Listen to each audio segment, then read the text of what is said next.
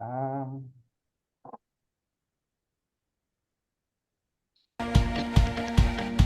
good.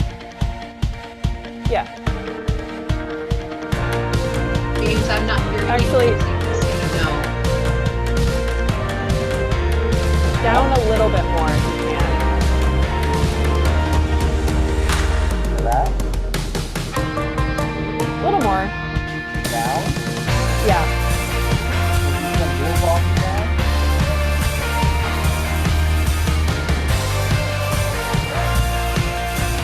Like right now, it's very clear.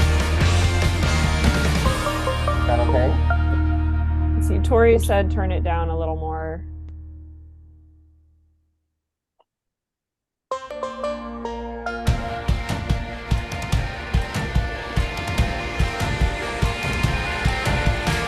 Yeah, down. I don't.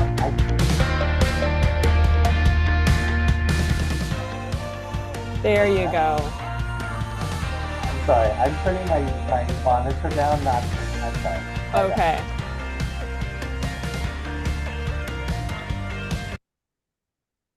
All right. Let people in. James, can you hear me? Yes. Okay.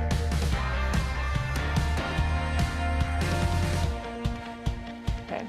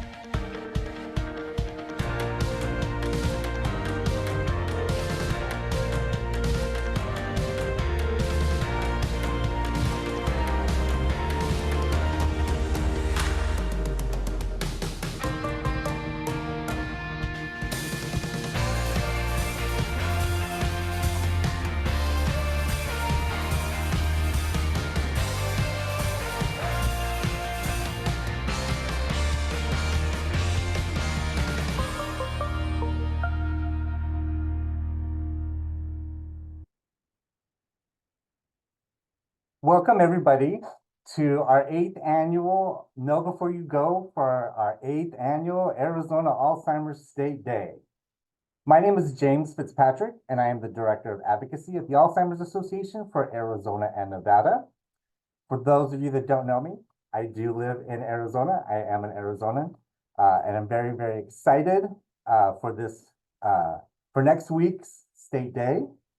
For today's Know Before You Go, our agenda, we will go over our Arizona Alzheimer's policy priorities. We will discuss storytelling, which is probably the most important part, is you sharing your story with legislators next week. Tips and tricks on how to have an effective meeting, and any questions that you possibly have that we potentially can answer. But before that, I would like to share a quick video.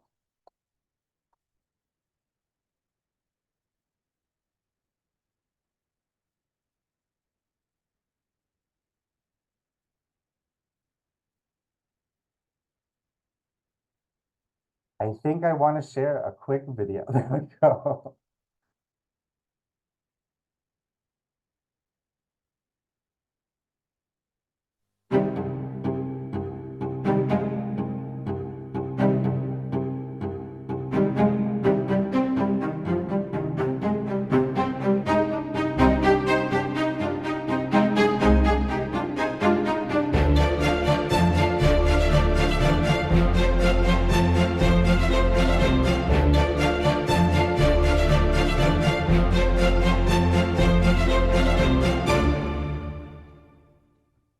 One thing to remember is that Alzheimer's disease and related dementia knows no political affiliation.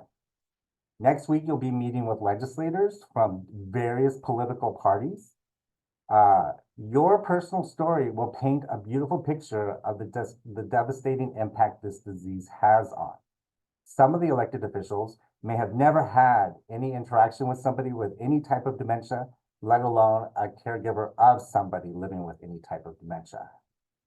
Rosalind Carter, President Jimmy Carter's wife, has a famous quote pertaining to Alzheimer's. There are 4 kinds of people in the world: those who have been caregivers, those who are caregivers, those who will be a caregiver, and those who will need caregivers. It's a great opportunity for you to not only push our policy priorities next week, but ensure that our elected officials remember who you are through your journey. Because we want to ensure that we have a world without Alzheimer's and all other dementia. One of our 2 key phrases for next week will be expect the unexpected and be flexible. We will be working with our state elected officials who are in the middle of their workday. Legislative visits may be changed or canceled. We are working very diligently to try to schedule as many legislative visits as we possibly can, but the flexibility is things come up. Your visits may be cut short, they may run long. Your elected official may say, hey, can you walk the hall with me? Will you go in the elevator with me? Let me know all of this stuff, within 30 seconds. This is all par for the course. If you don't have the answer to any questions, one key message is always, I am not sure, but I will have somebody from the Alzheimer's Association follow up with you. We are not expecting anybody to be an expert in anything. We know some of you are actual physicians. We know some of you are scientists. We know some of you work at the legislature, state departments. But we also know the majority of you are caregivers or have been caregivers, or you have Alzheimer's, or maybe just any other type of dementia or mild cognitive impairment. We want to be flexible, but I also want to make sure that we get the point across that we need to make sure that there is long-term systemic change for those impacted by Alzheimer's and other dementias. Over the last several years, we have had some major federal policy successes pertaining to Alzheimer's and dementia. But for the sake of time and what we're focusing on next week, as well as today, we are focusing on Arizona state specific. In 2021, advocates got funding to add the caregiver and cognitive decline modules in the Arizona Behavioral Risk Factor Surveillance System survey. Took me about 3 years to be able to say that freely. This is a nationwide CDC survey that each state has to conduct annually. And in 2021, we got funding to add a caregiver, a set of questions to see who in Arizona are caregivers. And we also wanted to see the impact of cognitive decline in Arizonans. In 2022, we supported HB 2144, which ensures private and state health coverage for biomarker diagnostic testing. We know there are numerous ways for multiple diseases to be diagnosed through biomarker testing. Right now, two of the main diagnostic testing tools for dementia are PET scans and lumbar punctures. Both have their positives and negatives. Both also are fairly expensive. But this bill did pass, and it does ensure that these types of tests will be made available through your insurance. We also collaborate with Arizona Adult Protective Services to mandate all current and future staff go through at least an hour-long dementia awareness training. And then last year, we passed 2 bills, SB 1220, which established a dementia state plan and statute, and created a dementia unit within the Arizona Department of Health. And we passed 2087, which funded a public health campaign focused on rural and underserved communities. So kudos to all of you. These are your successes. These are things that you should be celebrating that you got done. And with that, I will hand this over to my amazing colleague, Tori Rober. Tori, take it away. Hi, everyone. My name is Tori Broberg, and I am the Director of Government Affairs for the Alzheimer's Association Desert Southwest Chapter. My role is to work at the Arizona State Legislature and to raise visibility of issues important to the Alzheimer's Association. Everything that we work on here in Arizona is based off of our national state policy priorities, which include the following categories that James has put on the screen for you. We want to increase access to care, support, and treatment. We're looking to improve quality of care. We want to advance risk reduction, early detection, and diagnosis. And we're ensuring a coordinated statewide response to Alzheimer's. I would like to mention that thanks to your efforts last year, we were able to pass that state plan in statute and to put some funding into the budget for the dementia program, which James mentioned, and that is currently underway. So both of those projects you will be seeing action on if you haven't already. So the Department of Health Services has hired a dementia program manager who is coordinating efforts with the state plan, and meetings are actually happening January and February. If you have interest in being a part of these meetings, reach out to me and we will see where we can fit you in to one of those listening sessions. And also the public awareness campaign is underway, and you will be seeing the benefits of that very soon. I believe we will be seeing that starting publicly in March. So kudos to all of you. I'd also like to give a quick shout out to James for the work that he's done to prepare us for State Day. And I would like to reiterate his slide about flexibility. I will tell you that James has been very flexible as he has been crafting these meetings. We have an unexpected floor session on the morning of our State Day, which has impacted our ability to get meetings and in the morning in the House. But the Senate is looking okay. So we are being flexible and trying to get as many meetings as possible. So any of you who are also feeling flexible that day, let James know, because we might end up with a meeting at 2 o'clock in the afternoon outside the hours that we thought we'd be at the Capitol. We just don't know, but it's so important that lawmakers hear from advocates with the Alzheimer's Association. We don't have access to hire expensive lobbyists.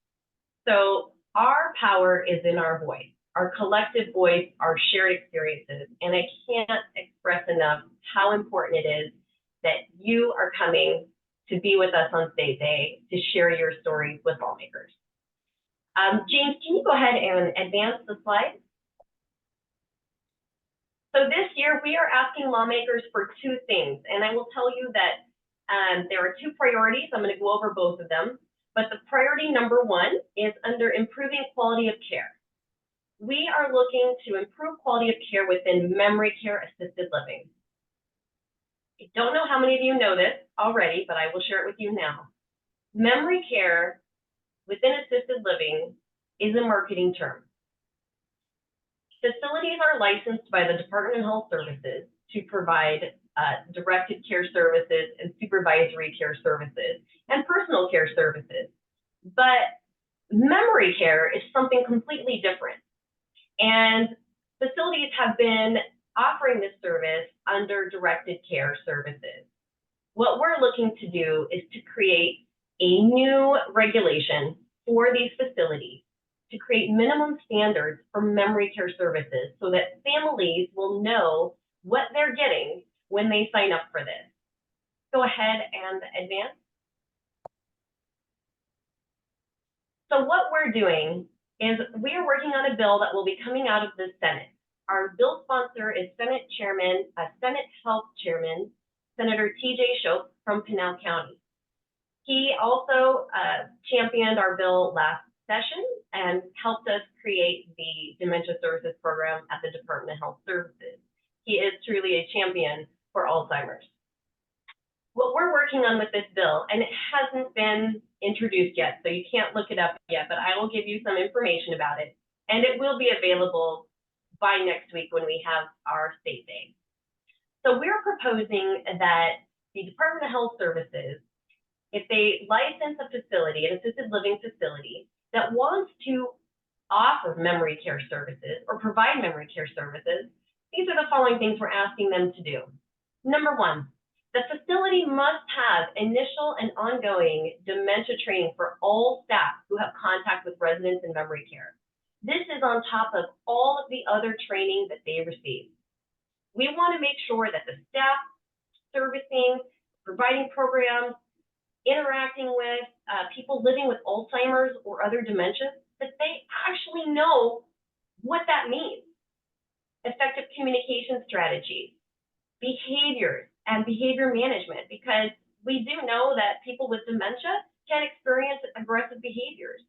And we've seen in the last year even that there have been instances reported in the media where there's resident on resident violence that is the direct result of the staff not being trained properly, or perhaps the facility didn't plan well for the how people interact with each other. For example, if they're sharing a room and maybe they shouldn't be. All of these things need to be taken into consideration under a memory care certificate or approval by the department. And we are working out those details, whether it will be a certificate or approval, but just know it's a minimum standard we're working to create. That facilities need to provide a person-centered care plan before the resident is admitted, before the resident or their loved one signs a contract. We want to make sure that the facility is staffing appropriately to meet the 24-hour scheduled and unscheduled needs of the person living with Alzheimer's or dementia. Especially because many of these facilities do charge more for folks living in these facilities on the memory care side. We are not requiring this for the assisted living in general, only the memory care unit. And lastly, we want to make sure that consumers know what they're getting. If they are going to be in if they're interviewing a facility and that facility has a policy on falls where maybe they don't train their staff to list people and instead they'll call paramedics, okay, let's disclose that ahead of time. We want to make sure that the consumer has all the information they need before signing that contract for memory care services. Now, this bill will have a delayed effective date. If we are successful at passing this through, it will dramatically change the face of memory care within Arizona. Next slide, James. The second priority that we're working on this year is to maintain the Alzheimer's research funding. So we're not asking for more funding. Last year, the state legislature appropriated additional dollars, bringing it, I believe, to $4.1 million of Arizona tax dollars being sent to Arizona universities for Alzheimer's research. This is incredibly important. You may have seen in the news that Arizona is facing a budget deficit this year, and that's a real problem. We want to make sure that the Alzheimer's research funding is not touched. We're not asking for more, we're just asking them not to cut the funds. James? And with that, I'm happy to answer your questions. If you have any questions, please unmute yourself, or Anna, is there anything in the chat? Hi there, I have a question. Yes, Hi. Lori. I have a question. Sorry about that. Thank you so much for putting this program on. It's really helpful just to see what the expectations are like, since this will be my first time going. I work in a senior living community, and I'm also part of the dementia friendly task force out of Mesa. And so I'm interested to understand a little bit more about when you talk about the training for a certificate program or some additional training for memory care individuals, who you're going to be looking to provide you some insight, some direction on that, because I would like to have a little bit more of the opportunity to add input, what kind of training we're already doing. Thank you, Lori. That's a great question. So The language that we're using was developed by our national policy team, and they base this off of scholarly articles and best practices. So when we talk about person-centered care and dementia care practices, there's actually an article I can send you from the, I believe it's the Gerontology magazine that lists all of that out. And as we are working out the details of the training, the dementia training, the language, we are working with industry professionals like the Arizona Healthcare Association, the Leading Age, and the Arizona Assisted Living Federation. And so those three associations all have lobbyists working at the Capitol who are involved in the stakeholder meetings we are currently working with. In fact, we have one today, and this is why the language hasn't been released yet. It's because we're still working some kinks out to make sure that the education standards are something that the industry professionals themselves have agreed that this will work. And so the way that legislation works too is once we introduce the bill, you'll be able to see all of the details of the bill, and then we can amend the bill as it moves through the process. So the introduced bill may not look the same as the final bill. And so once that information is available, I would be happy to send it to you, Lori. And I just want to say how much I appreciate that you're coming, because people working in assisted living facilities know what works and know what doesn't work. And your insight is incredibly valuable. So, and I'd be happy to follow up with you on a one-on-one conversation, Lori, for more details. Great, thank you. I'd love to know how to get you my contact information or to get yours. Sure. James will connect us. Thank you. Are there any other questions? There was a question in the chat. Jolene asked, will there also be a session for first timers, as one of the emails we received talked about? Yes, we will be having a first timers workshop on Monday. I was going to announce that at the end, but Jolene, you jumped ahead. We will have a first timers where we will be going over the asks, like what you will say verbatim, but we'll also be able to do some practice mock legislative sessions as well. And nobody will be doing meetings by themselves. Like, just right off the bat, you will be part of a team of volunteers. So you're not just, you will have delineated verbiage, which we will get out to you next week. But I don't want anybody to think, oh my gosh, I need to learn how legislation works. I know how bills, how to write a bill. You don't need to know any of that. We will set you up for success. And on Monday, we will have the first timers workshop. I think it's important to remember also, especially for those of you who are first timers on this call, those who've done this before know this already, but your time with the lawmaker is very short. It is usually no longer than 15 minutes.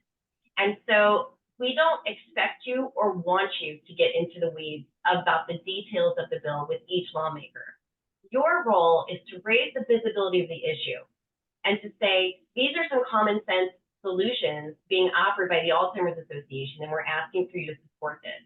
And we will give you all of the information you need, including the bill number, including the specific words we think you could say to make your ask. But your role is very much to bring a face to these issues, because oftentimes the person living with dementia, living in assisted living facilities, is often left out of the conversation, and it turns into a business discussion. And our role at the Alzheimer's Association is to always center the needs of the patient, of the resident, of the person living with this disease. We know how hard it is. And Terry Rice, I saw you said you have a question, and I'd like to invite you to bring your question at this time.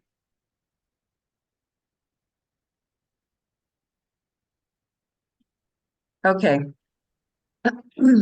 Lori, I appreciate that you want to get involved, and it's nice meeting you today. This session will be my first time as well.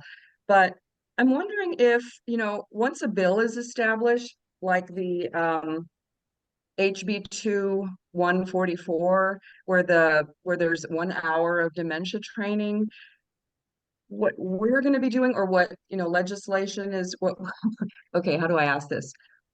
Sure. Will the extra training be added to existing bills, or are we asking for another bill for more training?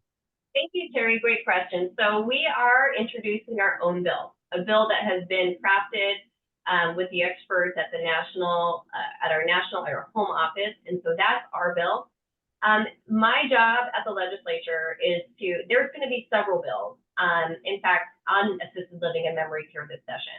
And my job is to shepherd, number one, our policy priorities, which include dementia training, acuity staffing, and disclosures, to make sure those get through, but also to look at the other bills that are being introduced and to see how what we're doing may fit with what's being introduced. And so every year the legislature usually will see about 1,500 bills introduced. A bill that's introduced may not always get a committee hearing. So in order for a bill to move forward, it has to get a committee hearing. It's my job to understand the intricacies of what has potential to move, what doesn't have potential to move, who the stakeholders are, how we can work together to create legislation that works for everyone. And so to answer your question on that specific bill, Terry, it will just depend on several factors. And one thing that you can count on, especially those of you that are coming to our state day, is that we are not going to ask you to talk about anything that's not necessarily supported by the Alzheimer's Association or brought forward by us. So you can rest assured that what we're asking you to do has been approved by our home office. And in the case of our bill, the language has actually been crafted using the experts there. Now, we may see some amending of bills. We may see some merging of language. There is going to be negotiations as this session progresses. So what I mean by that too is that, for example, the bill that we're putting forward is probably, we're going to hear from the Department of Health Services that they're going to need an appropriation to implement such a thing, right? Mm-hmm. And especially because we know that there is a complementary bill, another large bill, or is making sweeping changes for memory care that is being introduced in the House. That is not our bill necessarily, but I've seen the language, and I see a lot of opportunity for these two bills to move forward together. Now, that bill is focused on licensing fees, or I'm sorry, not licensing fees, fines. It's actually on fines. It's increasing fines. It's holding owners accountable. It's more of a regulatory bill, whereas ours is more of an improving quality of care bill. And so both bills can go together to create something really wonderful for people living with Alzheimer's and dementia, to create these minimum standards. Right now, there are a lot of facilities doing memory care very well. We know this. And Lori, I'm guessing that your facility is one of those, if you care enough to be here. And what we want to do is highlight that. And we're also trying to level this playing field, because anybody can call themselves memory care at this point. And so what we're looking to do is say, you can't call yourself memory care unless you have achieved approval for this, this, and this. And for us, that means education, training, acuity staffing, to make sure there's enough staff, and also those consumer disclosures. We'll be looking at all of the bills relating to assisted living, and we'll be keeping everybody updated. So we do have there's always opportunity to comment on other bills. And so as we look at the overall legislative strategy for this session, we know there's going to be a lot. Well, I know this. I've seen several bills already. There was a bill that was just released, introduced yesterday, that isn't one of our bills, but also I've seen the language. I think it's a good bill.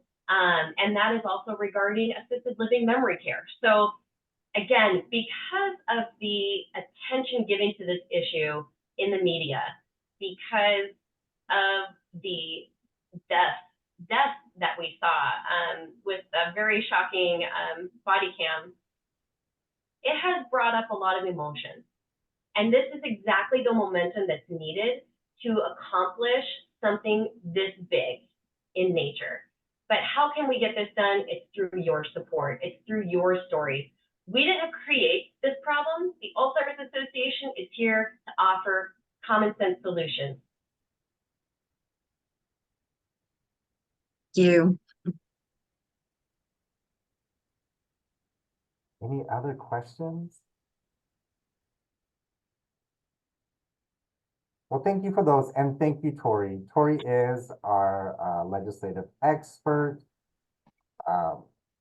We will have more information and more documents before next Thursday. Well, actually before next Wednesday. But please keep these questions coming in. I will be sharing this recording with you all sometime today, so you can watch at your leisure. But just please know we will provide you with more documents. But if you do have any questions, I will provide everybody with Tori's contact as well, because she is the content expert on this. I do have a follow-up question. Go ahead. In the follow-up documents, are you going to provide like a meeting location or a time or some of those details as to where we should be going? Yes, you will. I will send you almost everything that you will need, probably by the end of day on Tuesday, but at the latest Wednesday morning. You will probably not get your legislative visit schedule until Thursday. Like when you check in and get your packet, you'll get your name badge and you'll be assigned to a team, and you will have your list of legislator visits, and it will tell you exactly where you need to go, and whether or not it's in the House or the Senate. Will tell you who to ask for. Will tell you the legislative assistant. Will provide all of that, but that bulk you probably won't get until Thursday, because meetings are coming in, or even going out on a daily basis. So we won't have a finalized perfect schedule until probably Wednesday. What is the assumption though for what time to actually be downtown to be So at the event starts at 8:30. 8:30? Okay, Yes. thank you. You're welcome. Yeah. And Lori, we are meeting at Wesley Boland. That's where our check-in will be. Does that answer your question? Thank you.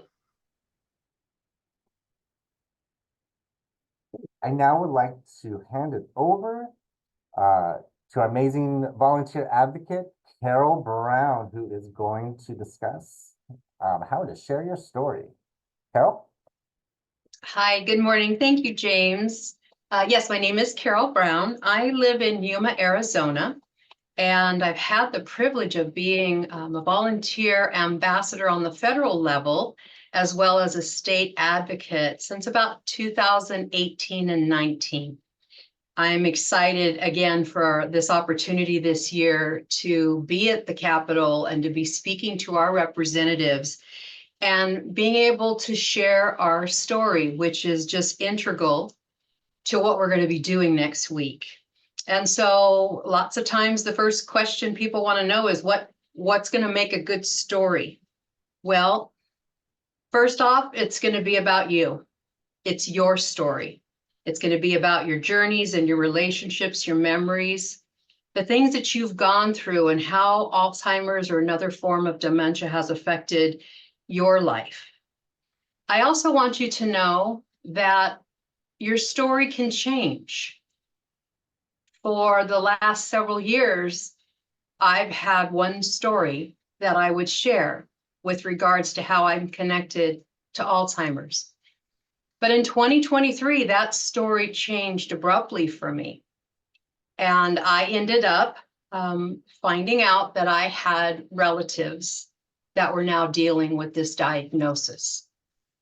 And it's not just one. I now have lost a loved one last year, and I have two more that I'm aware of that are living with Alzheimer's. And I've now become part of that process of being the long distance caregiver and a long distance advocate for their needs. And so when I speak next week in telling my story, it will be my new story, my current story.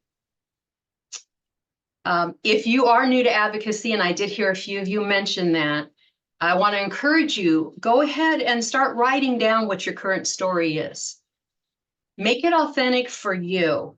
If your story is true to you, to your heart, to what you're experiencing right now, that's going to make it relatable to others.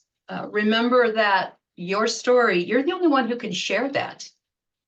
No one else can tell your story like you. And I learned a lot of years ago that people can and will argue or disagree with you on your opinions, on your beliefs, your reasonings on things. But the one thing that no one can ever argue with you about is your story or your testimony. It belongs to you. It is your truth, and it's uniquely yours. So when you're able to go in and share that genuine story with legislators, it has a profound effect. So let's go ahead and talk about how we're going to get this done. You know, James gave you the agenda early on, and we are going to be talking about the legislative meeting strategies, how to be effective during that time. And I'm going to tell you that one of the most critical parts of that is going to be telling your story during the meeting. And so for this portion of State Day, we're going to focus on how we're going to go about doing that. So James, if you'll change the slide, this is going to be your quick little cheat sheet word to remember as you go through State Day next week. And it's to simply remember, let's chat. So let's break that down. The C in chat stands for connect. And I want to give you some suggestions that you can use for how you could find common ground with that legislator that you're going to be meeting with. One of the best questions to ask early on, as quickly as possible during that meeting, is to ask that representative if you have anybody in your life who's been affected by Alzheimer's. Now, you're typically going to hear more yes than no, and the goal is to let them share that story themselves, whether it's a parent, a grandparent, another family member. It could be a friend, a neighbor. It could be one of their constituents that's reached out to them looking for help. But let them share their story. If their answer is no, that's okay. A kind and gentle response is, I'm so glad that you have not been affected personally by this yet, but I want to tell you, in your lifetime, you will. And we know that to be true. Every single one of us will know someone in our lifetime that is affected by Alzheimer's or another form of dementia. Try to connect with them if you can. Now, I know you're going to be getting information on them, very specific and final information Thursday morning regarding your meetings. But if you've got some time, you can look them up pretty quickly and read their bio to find out what committees they serve on, their background of interest, and remember that before you walk into that meeting. As it happens, for me, one of our local representatives is Representative Tim Dunn, who's been very supportive of Alzheimer's and aging needs. But even though he is from my hometown, I still didn't know everything about him, or I didn't feel like I knew enough. So I jumped onto az.gov.leg and was able to look them up. You can search their name and just pull up their bio, get a bit of a feel for them before you go into that meeting. You don't have to, but it's something that you can do if you want to. It helps you just to have a good idea of what their interests are. And depending on what committee they serve on, they could be directly affected by this because they would be the ones that would be sitting in the hearings They would be the ones looking at if there is money attached to legislation. So they'd be on the what's called the Appropriations Committee, or they could be serving on Health and Human Services Committee. In this case, Senator Shope, who is writing this legislation for us, serves as the chair for Health and Human Services in the Senate. So he has a critical role. And us knowing that, we may find that we're meeting with someone who really likes Senator Shope. They have an excellent relationship with him. And just knowing that as you're having this meeting will help you to navigate that conversation, that it's very likely they're already going to be on board in many ways because of their respect for him and being the sponsor of the bill. Remember that all politics is local. You can highlight statistics and information that you have about your community. In my case, again, unfortunately, they were able to break down data last summer for the first time in the state of Arizona. We already know that the state of Arizona is the #1 state in the nation for the fastest growth of Alzheimer's. Well, they broke it down by county now, and Yuma County is #1 in the state. Well, that would be something that I would share because it's very profound and it's affecting us greatly for my community that I represent. So you may have information that you know about your community that you could share at this time to make it more relatable to them. I'm going to say this a lot probably, but saying thank you, making sure that you get those thank yous in every opportunity. Thank you for meeting with us this morning. We appreciate your time. Thank you for fitting us into your busy schedule. Whatever it might be, you might be able to get 2, 3, 4 thank yous in while you're meeting with that specific legislator. So that's connect. You want to give them a chance to tell their story, their connection to Alzheimer's. You want to find some shared interests if possible. Remember, all politics is local. And remember to get a thank you in right off the bat. Okay, next is H. So now we're going to talk about the hook. So you can grab the legislator's attention by putting the legislator in your shoes. So this is where you can share that quick personal story, a single anecdote. You won't have a long time, as Tori mentioned. Many times the meetings are only 15 minutes. If that legislator is really engaged and they start asking you a lot of questions, that's where you also will be flexible and know that that meeting might end up being 20 minutes or 30 minutes, but it will be because they have engaged with you in such a way that they are asking you questions, they're speaking a lot, and they want to hear more from you. So, but be prepared with a short anecdote of what you're facing right now. What's a moment of struggle that you're dealing with?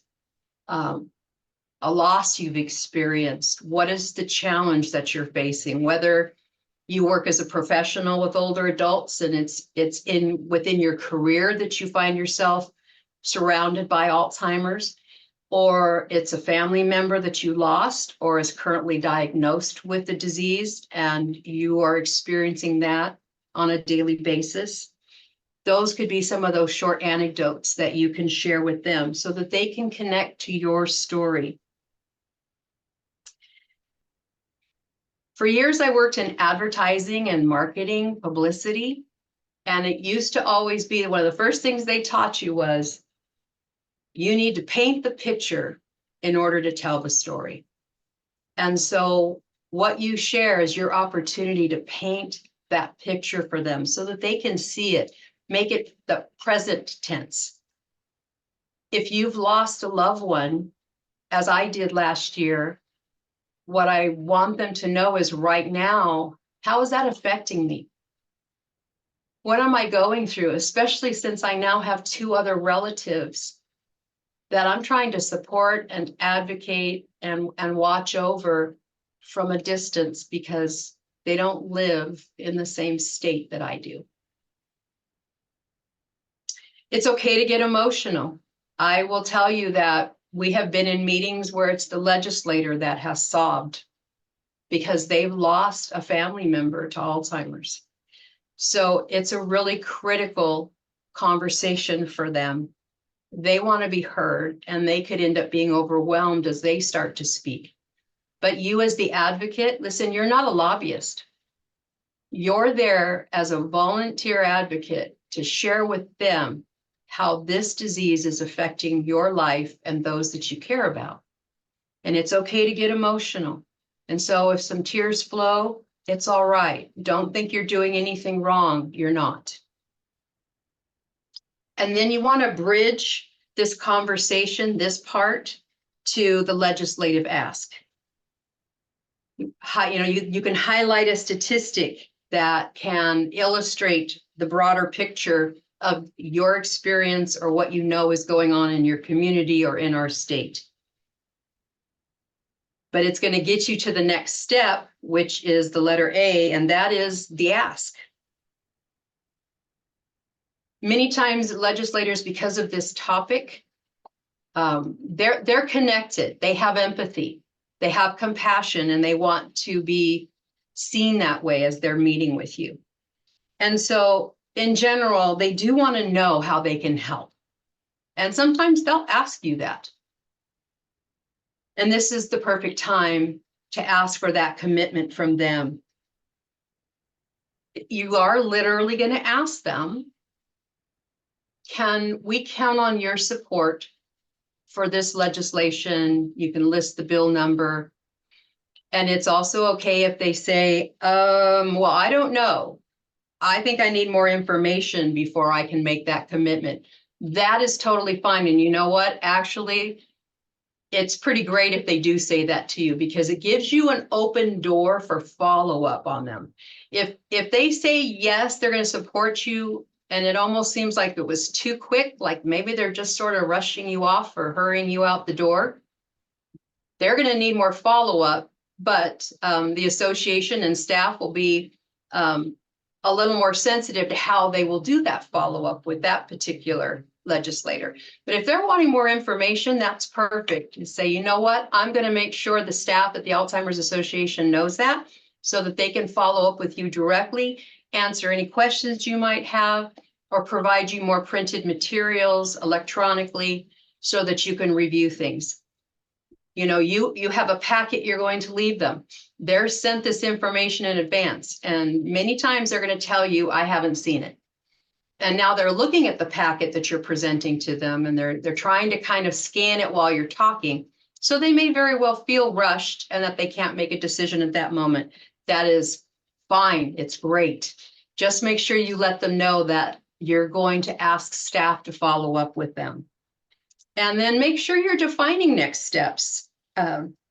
If they need time to reach a decision, that is also fine. We just want to make a plan to follow up with them. So if they sound like it looks, and I've had legislators tell me this, I'm pretty sure I'm going to be a yes, but let me just check out a few things first. Or they may say, you know, I want to talk to the bill sponsor. I want to reach out to Senator Shope and have a conversation with him first, and then I'll decide. All of that is great. Again, you're going to navigate back to that. I'm going to have the staff follow up with you, perhaps in a week, Representative so-and-so or Senator so-and-so. And then you make sure that you convey that information back to James and Tori so that they can follow up accordingly. If there ends up being extra time, someone else on the team of advocates that go in for this meeting could share their story. Again, we just got to be real sensitive to what you're feeling from them. Are they rushed? Are they in a hurry? Have they told you they're watching the floor or they've got to get to a meeting? Great, then we know we have to keep it tighter, more succinct, be really clear with our short story that we're going to tell them, and we move on. But if there is time, and this is a good spot where if they want to talk some more and they're initiating that, it's a good time for someone else on the team to share their story. So now you've completed the ask, and the last thing we're going to do is, guess what? We're going to thank them. We're going to thank them that they took the meeting. We're going to thank them for how kindly they were willing to listen to our story. If they've already committed to support the bill, we're going to thank them for doing so. If they say they want more time or they need more information, we're going to thank them for their consideration. If for some reason, I don't believe it in this case, but sometimes by the time we have state day, other legislators have already jumped on and said, hey, you know what, I want to co-sponsor this. Or they've already committed because of their relationship, say with Senator Shope. So they may say, I'm already in. Senator Shope already knows I'm going to be for this bill. And you thank them for already making that commitment. So you can see there's many ways to share our gratitude for their time, their consideration, their affirmative action on it, their patience in listening to what we had to share. So all of that is options you can use to give them that thank you. I'll just say an ending is there's no wrong meeting. There's no, you cannot possibly blow the meeting. You can't. You're going to be with team members and some that have been doing this for a while. And whatever you share that's your true story is perfect. However you go about asking for them to commit is great. However you thank them, as long as it's genuine, they're going to love. So you can't do anything wrong as long as you don't get political or do anything that isn't part of the structure of how we hold our meetings with them. It's going to be fabulous. You're all going to do a great job, and you're going to leave that day knowing that you made a difference, not only for yourself and the people that you care about personally, but for the people in your community and the people in our state.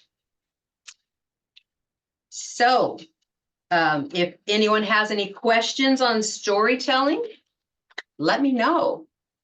Before we open up the floor for questions, just to James, let, I cannot hear you. I don't know if it's just me. nobody can. I can hear you, James. Oh, I can hear you. Okay. Thank you. Sorry, Carol. It might just be you. Just to let everybody know, especially if this is your first time attending the Alzheimer's State Day at the Capitol, we will be providing you with a one-page document that will say who is going to say what at what time during your meeting. Everybody will be, all advocates will be assigned to a small group team, no more than 4 people to a team. If you haven't ever been to the Capitol in general, but if you've never been inside one of our elected officials' offices, they are very, very small, so we don't have no more than 4. You will have this sheet that will say who is going to welcome, who is going to share their story. That, as Carol said, that is the biggest part. Who will do the asks, and the asks will actually be, the document that I will be sharing with you will say this. And it is okay if you read. It is okay if you write your story and you read your story, especially for newer advocates. That could be easier. But our focus is on the story during the meetings. There, we will be providing a leave behind packet for all elected officials. But I will be sharing a document. Actually, after this meeting, I will share with you all the document. I'm going to take out last year's advocacy legislative asks, and I'm just going to put in some gibberish. But that way, especially for new timers, you'll be able to see the flow of the meeting. For the invite to this particular meeting, for the Know Before You Go, I did share a couple of documents on how to prepare your story. If anybody wants to discuss their story ahead of time before State Day, I am here for you. My role is to be here for you to ensure that you are ready to go. I would say in general, if you write out your story, you want to keep it about 1 page.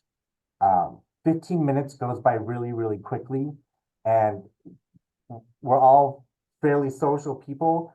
a hello, welcome, climbing into somebody's office could take 5 minutes. But there are times where the meeting can go 30 minutes. And I've been in a meeting that has been one floor in an elevator. I want them to remember my story. Here's the packet. We have our legislation. This is the ask. Thank you very much for your time. We will next be going into tips and tricks on a meeting.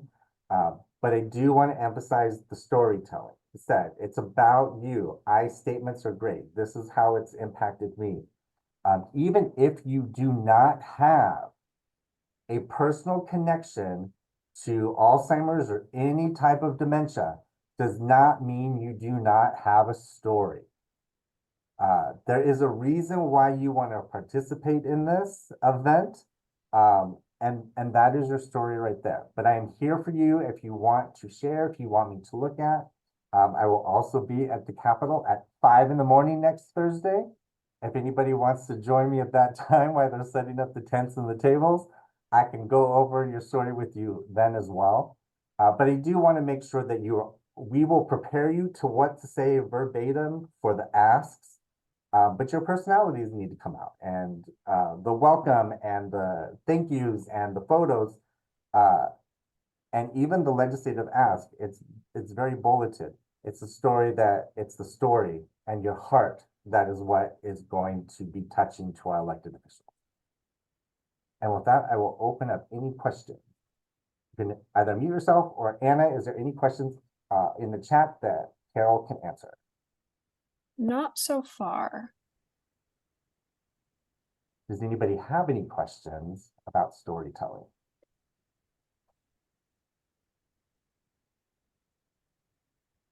We will have at the end of this presentation an opportunity for Q&A in general, so you can you're welcome to hold until then. But for right now, hearing nobody, I would now like to introduce the amazing advocate, Jackie Goodwin, to go over our tips and tricks for effective meeting strategies. Jackie, take it away. Thank you, James. Hello, everyone. Thank you so much for being here today. I really appreciate each and every one of you being willing to be an advocate at the Capitol for this very important issue. As you know, my name is Jackie. I live in Gilbert, and I became an advocate after I lost my mother to Alzheimer's. The bills that we're working on this time are especially important to me, as my mother lived in a memory care facility for 7 years. And I toured many memory care facilities, and I've been in, excuse me, several of them since then with a friend looking for a place for her mother. And I will say that there are some facilities that do memory care very well, and there are some facilities they need some direction, and they definitely need some advice. So I'm very pleased that this is something that we're working on this year. We're getting close to the end actually of this meeting, so I'm just going to go over some, we have a little page called 10 tips and tricks, and I'll just briefly go over them so we can get to questions. James, Jackie, if you want to go to the Jackie, next just slide. so you know, you don't have to rush. Technically, we have 33 more minutes. Oh, I was thinking that it was finishing at 11:30. Okay, that's great. Then if you don't mind, go to the next slide. So we'll just go over effective meeting strategies. We basically call these the 10 tips and tricks. And the first thing is coordinate, coordinate, coordinate. And as it's been mentioned, you'll be part of a team. And as James mentioned, there'll be up to 4 people on your team. Those rooms are very small offices that you'll be going to. You should have several meetings, maybe 4 or 5, but there might only be 2 or 3 of them. It just depends on how the schedule goes. And like it's been mentioned, we just need to be flexible. When I've done this before, there have been times when a meeting has been added last minute, or we were just on our way to a meeting and unfortunately it had to be canceled. So, you just kind of go with the flow. You will have a team lead, and the team lead will usually, or probably for sure, be someone who's done this before. So there's no need to be nervous. As you meet with the team lead, you'll lay out your roles. Everyone will know what they will be doing.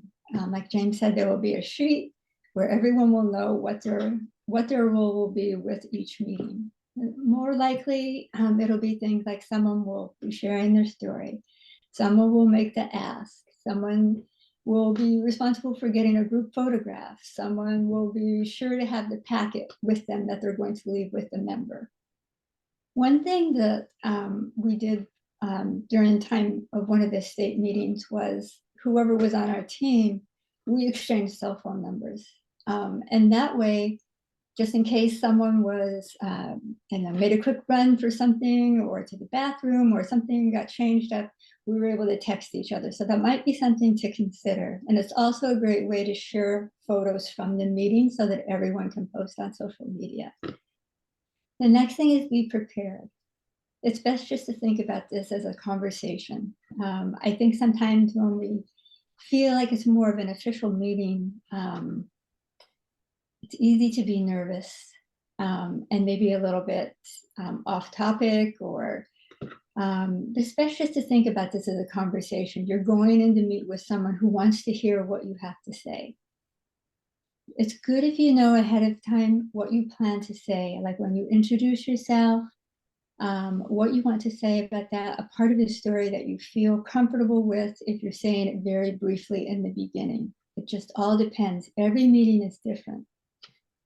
And the most important key is to be brief and keep it simple. So you may have about 10 seconds to introduce yourself and say something, or you may have up to a minute.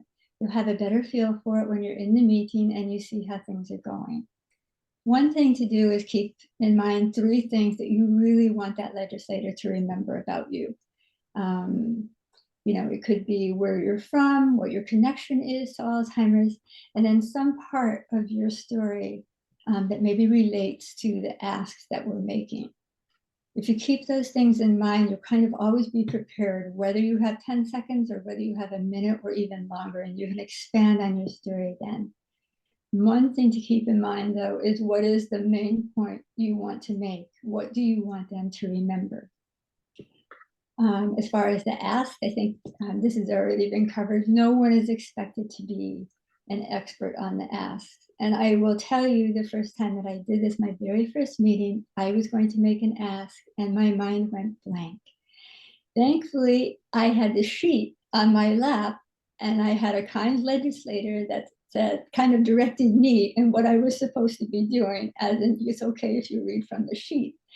So I find people are very understanding and very welcoming to all of us from the Alzheimer's Association when we do State Day. As far as being prepared too, is make sure you have who's ever responsible for the packet has the packet every time you go to your meeting. Know where you're going before the meeting, know whether it's the House or the Senate, and know what floor you're going to be meeting on.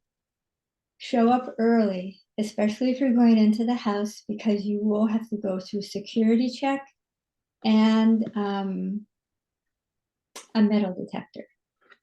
So you do need to allow some extra time for that.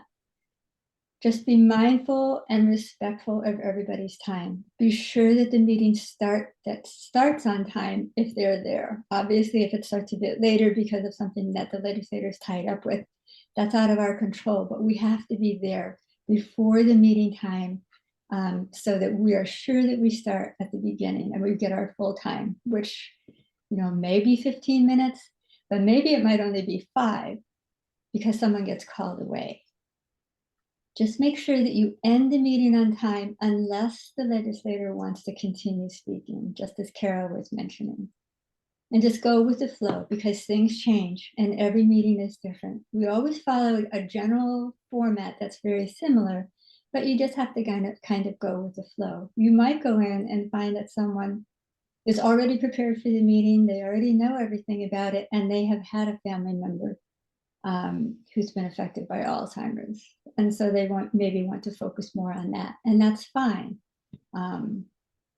Sadly, it is something that we come across where too many people have had people that they love have Alzheimer's.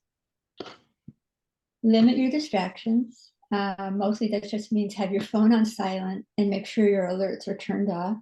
You don't want any unexpected sounds or things that are easy to distract.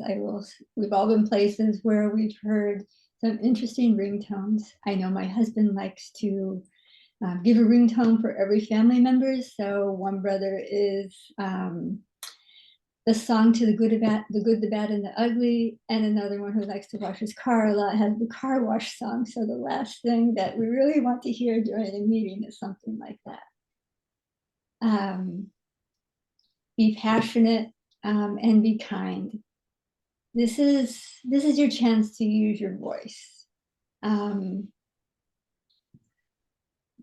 By using your voice, you're really helping the legislators understand what it means to have Alzheimer's or another type of dementia, the impact it has on our families, and why we need their help.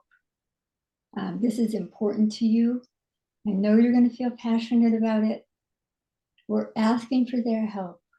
We're asking them to help really improve the lives of people who are living with Alzheimer's and their families. And like Carol has mentioned, one of the most important questions you can ask is, have you known someone with Alzheimer's, or is someone you love living with Alzheimer's? The best thing we can do is make sure that we listen, say thank you, and also being kind goes a long way during these meetings. 6 is show your smile. And we've always been well received at the state capitol. I think the Alzheimer's Association and all the advocates that go, we have a reputation for being very polite, very respectful, and organized. We're there to build relationships because we really want to try to get these things pushed through. It's okay to ask for their vote or their support as things are finishing up. Is this something you support? Is there more information that you need to support this? Do we have your vote? Just to impress. So it would be great if everyone could wear something purple. Just think about dressing in business casual. Everyone will have a sash. I don't know if you can all see the sash that Carol and I have on, but you'll all be given a sash like this. And it really makes an impact. It makes us memorable there to see everyone as a group of people wearing purple, wearing their sashes. We want people to remember us. We want them to remember what we're saying.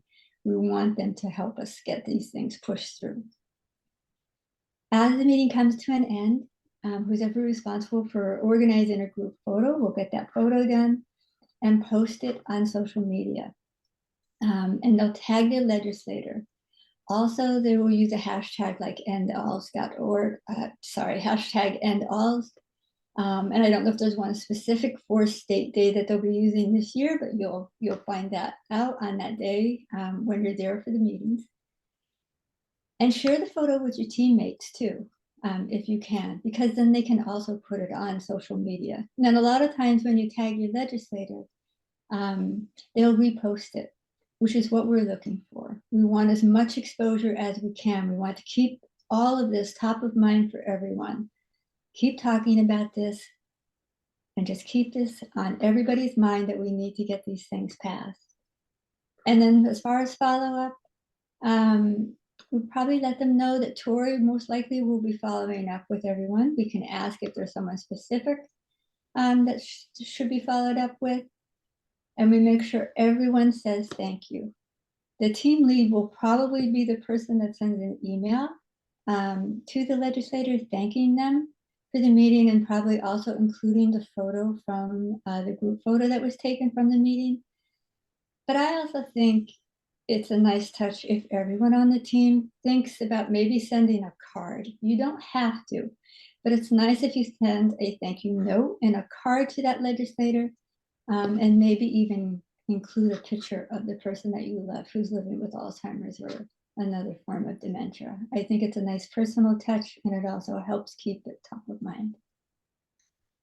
And with that, I wish you all the best for all of your meetings next week at the state capitol. Thank you, Jackie. And before we open up for questions, a couple of things that I want to mention. We will be providing legislative bios. Like I said, we might not have 100% of our meetings scheduled by Wednesday, and we always need to be flexible with the schedules that we have, but you will be receiving the legislative bios, and within those bios, will tell you what committees they're on, but it will also have their social media handles.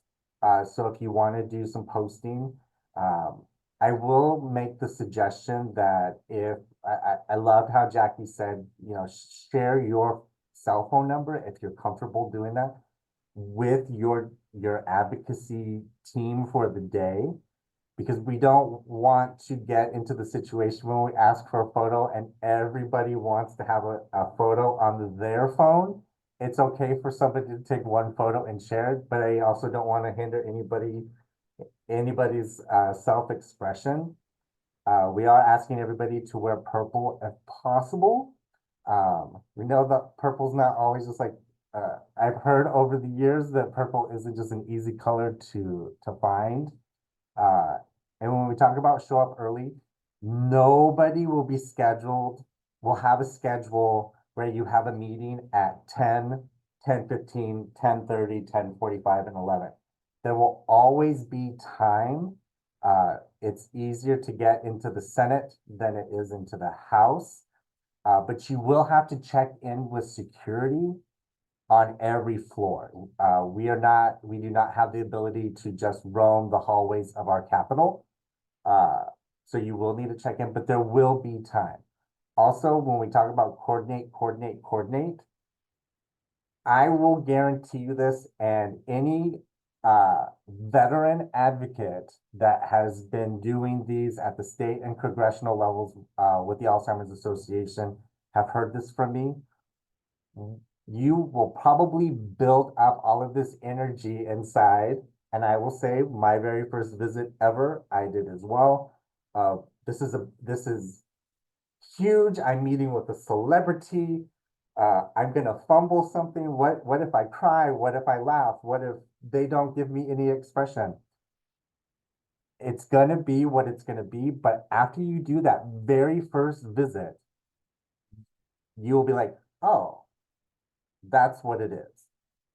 Also, in your visit, you may be the person that introduces everybody in the first meeting. You may, and then in the second meeting, you may share your story. In the third, you may do the ask. And in the last, you may thank and ask for a photo.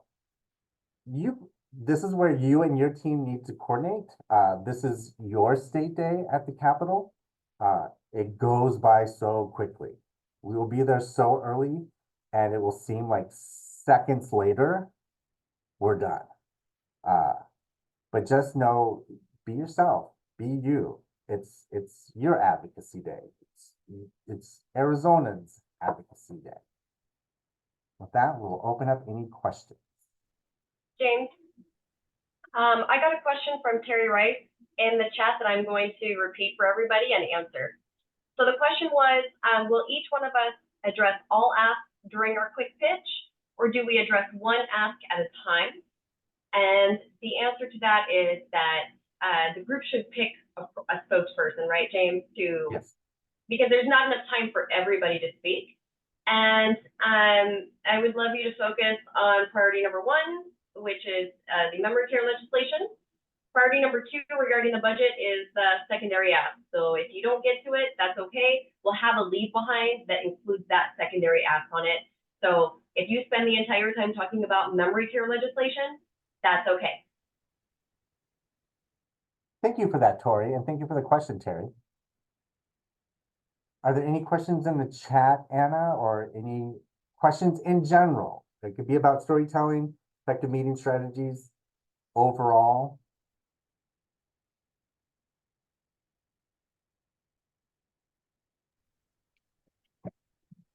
Hi, everyone. My name's Leonard, and I have prepared myself this year to not cause any havoc for me and or for the people around me, actually, too. So what I did was I went to one of the legislators that we spoke with, and I had and everybody's phones are like black cell phones. Well, I actually walked out with, what's his name? Doesn't matter. Well, with one of the legislators' cell phones.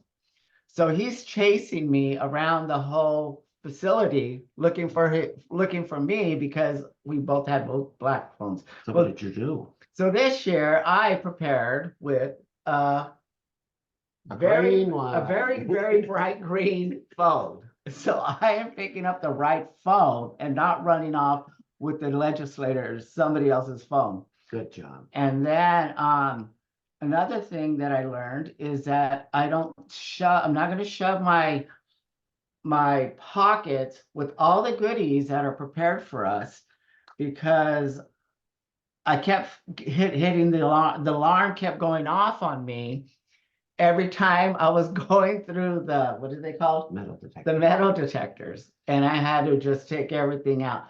So this year, I'm going to just be real simple and not be crazy and try to, Very good. but that was my story, and then that's how everybody got to know me over there. Yeah. And you know what? Those mistakes or those circumstances made it personal with the legislator. So it wasn't all really a terrible thing. Because, you apologize and stuff, and you can turn it around. Well, he turned it around, and it left an impression with those folks, a good impression. A So good impression. you Yeah. can spin it back and make it good. Yeah. So, Hey, Mark and Leonard, y'all are superstars. And I will say that as I meet with lawmakers outside of State Day, they are constantly asking me how you're doing. So I just want you to know that you are loved. And also, it came up just, I think, like 4 weeks ago in a conversation with a lawmaker. She said, make sure you bring these stories to committee because the ones you shared last year were so impactful. And of course, that was your story. Thank you. Yeah. Thank you, Mark and Leonard, for all you do. Thank you. Thank you. And just so everyone is aware, our state day is not the only day we are at the Capitol. This is just our big day. There are numerous opportunities to meet with state elected officials as well as federal members of Congress. We're always looking for people to testify. Mark and Leonard, as well as several other advocates that are on this call, have testified before committees. We're always looking for that. And we hope that you have an amazing event next Thursday, rain or shine. We've been checking the weather. We will pretty much be outside. If anybody has attended the Phoenix Walk to End Alzheimer's, we will be where the walk is. The Capitol is literally across the street. It's maybe 100 feet away. But it's going to be a great event. On Monday, we do have our first timer symposium. If you haven't attended, or you just want more experience on the flow of what to expect, please join our first timers. The Know Before You Go, as well as the first timer symposium, will be recorded. I will be sending out the recording for this today, as well as some documents, including the step-by-step for legislative visits. Mind you, the asks will be blank because because Tori is diligently still working on those, but you'll be able to see the flow.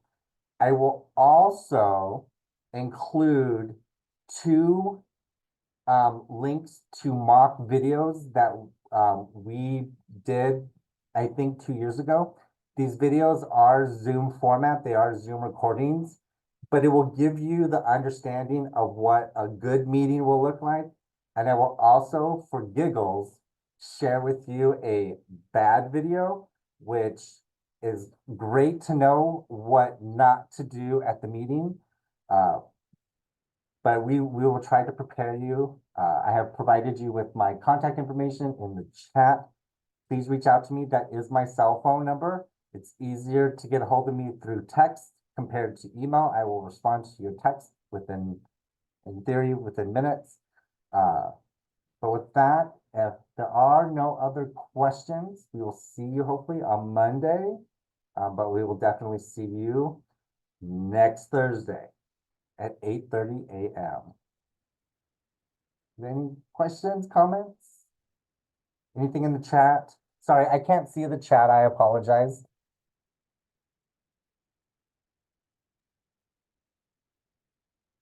Nothing in the chat. Perfect. Well, please do not hesitate to reach out if you have any questions. Please look for my emails. I can't thank you all enough. Your voices will amplify this issue until we have a world without all Alzheimer's and other dementia. It's very, very important. We would love to have more successes, and these successes come from your stories. I will be ending this now, and I look forward to hearing from you and seeing you all next week. Thank you, thank you. Thanks, everyone.